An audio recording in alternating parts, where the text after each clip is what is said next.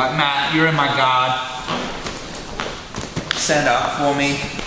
Who here did this before they knew what Brazilian Jiu-Jitsu was to their brother or sister or fighting? I don't know. I mean, everyone does that thing. Now, you're probably aware of that from being 5 years old. If not, within about 1 week of Jiu-Jitsu, oh, you're aware of it, okay? So people begin to become hard to back sweep because they know it's coming. Now, the problem is they're always putting their feet there.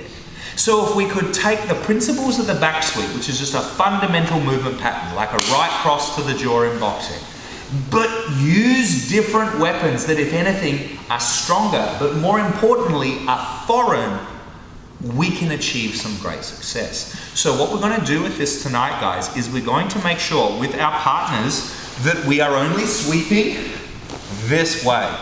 So the person that's falling backwards is falling backwards with their head towards the kapa, okay? So let's have a look at what this might look like. So this is combining 2 drills in one. So Matt here starts on my hooks. So I've got my feet in. Now, it's very hard to get rid of these hooks, and a lot of guys, like Matt would be a great example, realize that if I come up and attach myself to you, yeah, I'm gonna probably put you in your back. So he will change the game. Now, he's not quite wiping the Monopoly board here, but if he jumps to his feet, right? Now, all of my hook sweeps don't work anywhere near as well, okay? But we do have access to the butterfly back sweep. So this is just a plain old back sweep. We're gonna grab his feet, we're gonna make him fall on his butt. But we're going to do it not with pressure this way. We are going to lift him up so he's weightless. So like on the American football field or on movies, you know, the guy gets flung in the air and then someone hits him and he does this helicopter thing, right? It does happen, obviously. We're going to try to do the same thing. We're going to use our butterfly hooks like we did in the warm-up tonight, but we're going to try to lift his heels just 2 millimeters off the air, off the ground. Okay, so once they're in the air, nothing's going to stop us pulling those things. But now, instead of pushing him backwards with our feet like in a back sweep, we're actually going to push with our shin. So we're actually going to lift him with this part and push with this part. Again, we're trying to use parts of the human body for different purposes.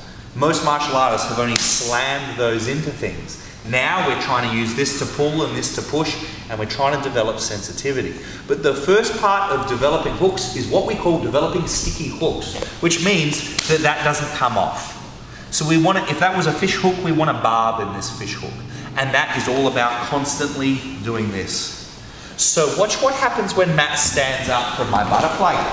I've got my feet on the inside, which could be my choice, or I've escaped side control and my feet are stuck here, especially if you've got big feet. So watch when Matt stands up, okay? See how my feet never left the backs of his knees. Now, if they did, let them go down again.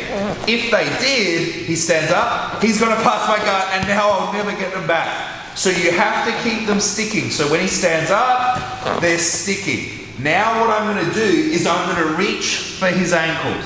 Now, even though I'm like, got a large reach, you'll see that because I'm tall as well, I have to go to one and then to the other, okay? Like, I just can't reach here. So I can go to one, then the other. And now watch what I do. I'm gonna lift him up. So try to balance for me, because we're gonna teach this in slow-mo. I lift him up a little bit. Don't stay up. Right, I'm gonna lift him up, and then look.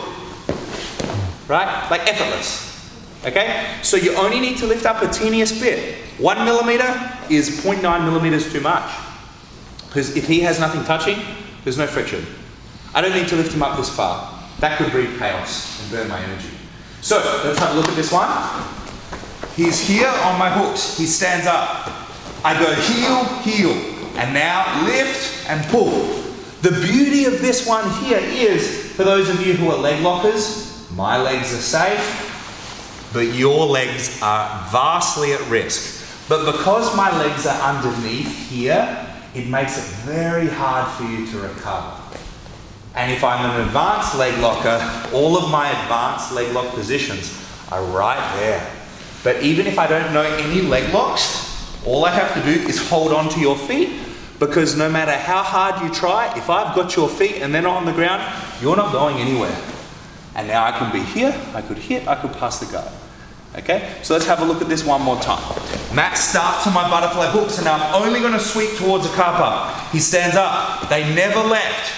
1, 2, lift, pull. Come up, keep hold of those feet. If his feet are on the floor, he's not going anywhere.